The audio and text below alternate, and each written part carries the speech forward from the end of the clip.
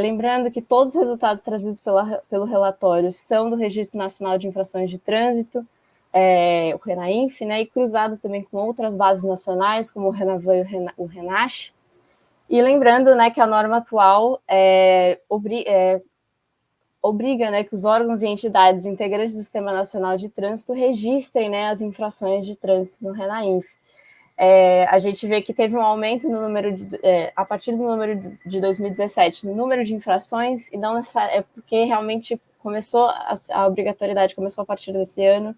Então, lembrando, né, que sempre a fiscalização é muito importante com planejamento e sempre baseado em dados e evidências. Então, a gente sempre reforça, né, a gente encoraja os municípios a continuarem coletando dados e mandando esses dados para o RENAINF. Então, agora passando realmente para os números, né, a gente nesse período teve mais de 1 milhão de infrações de dirigir sob influência de álcool e um número ainda maior de infrações sobre recusa ao teste do bafômetro.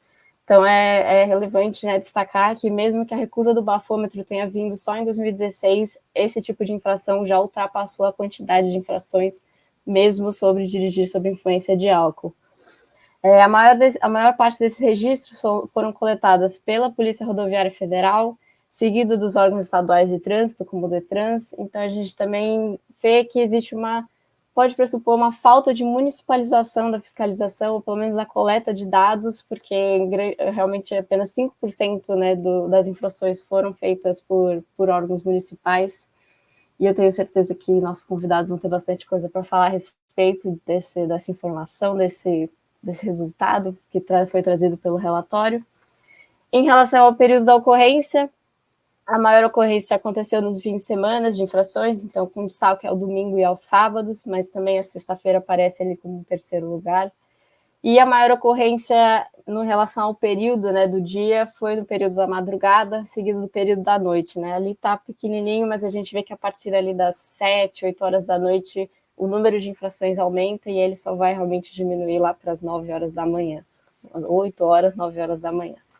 Sobre o tipo de veículo, a grande maioria dos veículos eram de passageiros. Desculpa.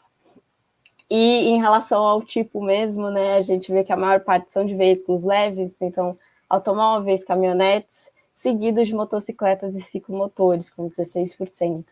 Mas existe uma ressalva, né, que esse tipo de veículo também é muito difícil de ser fiscalizado, então também isso deve ser levado em conta, né, nas ações relacionadas a esse tipo de fiscalização.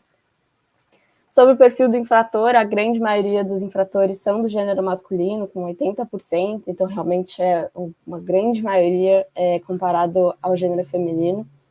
Em relação à idade, a gente vê que tem uma distribuição principalmente ali na faixa dos 30 a 40 anos de idade, com uma média de 42 anos, mas a gente vê que existe bem espaçado, assim, que realmente existem diversos registros ali, principalmente depois dos 20 anos e até quase aos 60, né? Então, realmente é uma coisa bem diversa.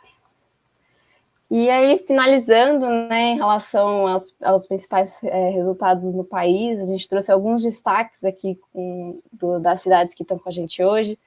Então, trazendo o estado de Minas Gerais, teve 187 mil multas, né, nesse período de 2008 a agosto de 2023, e Belo Horizonte representou 25%, né, dessas infrações, mesmo que a capital tenha 11% da população do estado.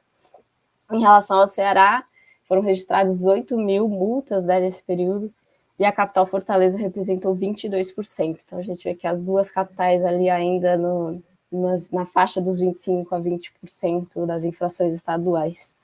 E alguns outros destaques também, a gente vê que algumas capitais também se ressaltam nesse mapa de calor aqui do meu lado, então como São Paulo, como Goiânia, e também um grande destaque, né, a parte continental ali do sul, perto da fronteira, onde a gente vê que tem uma grande concentração, principalmente ali no Rio Grande do Sul e em Santa Catarina, e também um outro destaque ali para o litoral do Nordeste, que tem uma linha de concentração que provavelmente significa a BR-101, que é uma rodovia que passa por todas as capitais nordestinas, então também é bem curioso de ver que teve esse destaque nesse mapa.